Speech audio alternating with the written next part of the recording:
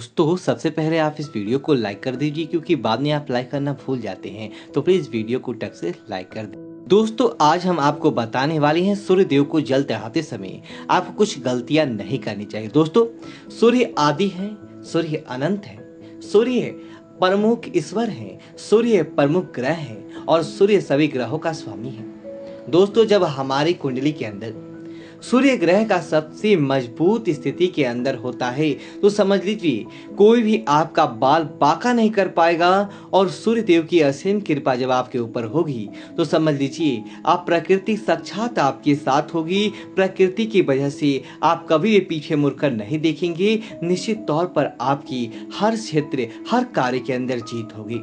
लेकिन दोस्तों आज हम आपको बताने वाले हैं सूर्य को जल अर्पित करते समय अगर आप यह जल गलतियां कर देते हैं तो समझ लीजिए कि आपको सूर्य को जो जल चढ़ाया है, जिस काम हेतु चढ़ाया, ना तो वह काम बनता है और ना ही आपको फायदा पहुंचता है। इसलिए इन बातों का ध्यान आपको जरूर करना चाहिए ताकि आपको हमेशा फायदा प्राप्त होगा और आपको जीवन के अंदर कभी भी दुखों का सामना नहीं करना पड़ता है और देखते ही देखते आपको हर काम के अंदर विजय की प्राप्ति होती है। तो दोस्तों बात करते हैं चीजों के बारे में।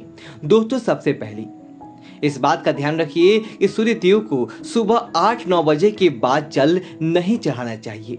सूर्य देव को सुबह जल अर्पित करने का ब्रह्म मुहूर्त अच्छा मुहूर्त होता है, अर्थात कि सुबह 3 से लेकर 5 बजे। लेकिन आपकी आदत नहीं हो तो 8-9 बजे से पहले पहले भगवान सूर्य देव को जल अर्पित कर दे ताकि किसी प्रकार का नुकसान या व्यवधान आपकी कुंडली के अंदर ना देखने को मिले। और दूसरा दोस्तों हमेशा सूर्य देव को पूर्व दिशा की तरफ मुख करके ही जल अर्पित करना चाहिए। कई बार क्या होता है कि बादल छाए रहते हैं और सूर्य देव हमें दिखाई नहीं देते, तो हम किसी भी दिशा की तरफ जहां प्रकाश दिखाई देता है वहां पर जल अर्पित कर देते हैं। ऐसी गलती आपको भूल कर भी नहीं करनी चाहिए। आपको जल हमेशा पूर्व दिशा की तरफ ही चढ़ाना चाहिए। इसी तरह दोस्तों इस बात का ध्यान रखें जो भगवान सूर्य देव को आप जल अर्पित करें उस जल के छींटे आपको अपने पैरों पर नहीं पड़ने चाहिए। कई लोग क्या करते हैं जल अर्पित करते हैं और के छींटे अपने पैरों पर ही गिरते हैं। दोस्तों शरीर पर कहीं पे गिर जाए लेकिन आप पैरों पर अगर वह छींटे गिर जाते हैं तो इसका मतलब है दरिद्रता आपके पैरों के माध्यम से आपके शरीर के अंदर प्रवेश कर जाएगी। जो आपने सूर्य देव को जल अर्पित किया है उसका अपमान माना जाता है, इसीलिए भूल कर भी आपको जल अपने पैरों में नहीं गिरने देना चाहिए। दोस्तों आज का वक्त बड़ा ही फैशन का दौर है। भगवान सूर्य देव को जल अर्पित करते समय प्लास्टिक का बड़ा फैशन है। लोग प्लास्टिक के पात्र में ही भगवान सूर्य देव को जल अर्पित कर देते हैं। दोस्तों इस बात का ध्यान रखिए क्योंकि ऐसा होगा दोस्तों दोष लग जाएगा, सूर्य देव को जल चढ़ाने का फायदा नहीं होगा। भगवान सूर्य देव हमेशा एक तांबे के लोटे में ही जल चढ़ाएं। तांबे का लोटा नहीं है तो आप पीतल का ले लें, लेकिन उसके अलावा किसी भी अन्य धातु यहाँ तक सोने चांदी का भी आपको नहीं लेना चाहिए। जितना ज्यादा तांबे का फायदा होता है उतना किसी भी धातु के साथ फायदा देखने को नहीं मिलता है।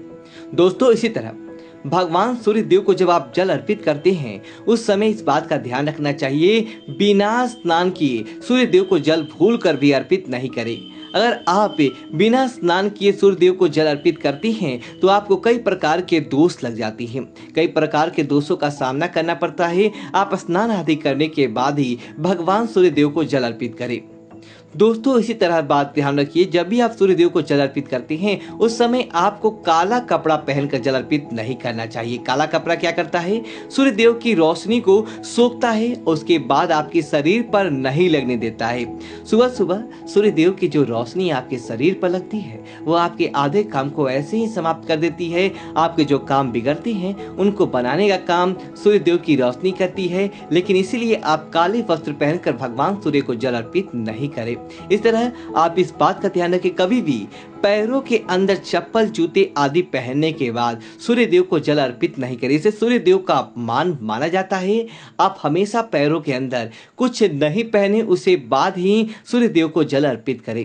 दोस्तों इसी तरह इस बात का ध्यान रखिए जिस दिन आप सूर्य देव को जल अर्पित करें, विशेष तौर से रविवार के दिन तो आपको अर्पित करना ही करना है। बाकी 7 दिन 6 दिन आप करें या ना करें, लेकिन रविवार के दिन को कभी भी आप खाली नहीं जाने दें, क्योंकि अगर आप रविवार के दिन रेगुलर जल अर्पित किया तो दोस्तों आपको इतना फायदा प्राप्त होगा जिसकी आपने कल्पना भी नहीं कर पाएंगे। दूसरा, इस बात का ध्यान रखिए, रविवार के दिन आपको जब सूर्य देव को जल अर्पित करते हैं उस दिन आपको मांस मदिरा का सेवन नहीं करना चाहिए। उस दिन आपको लाल रंग की वस्तुएं ना तो खरीदनी चाहिए ना ही खानी चाहिए, और अपने घर के अंदर लाल मसूर की दाल भी नहीं बनाएं। दोस्तों उम्मीद है कि आपको जानकारी अच्छी लगी तो वीडियो को लाइक करें, कमेंट बॉक्स में जय श्री राम लिखिए और हमारे चैनल को सब्सक्राइब करें। धन्यवाद दोस्तों।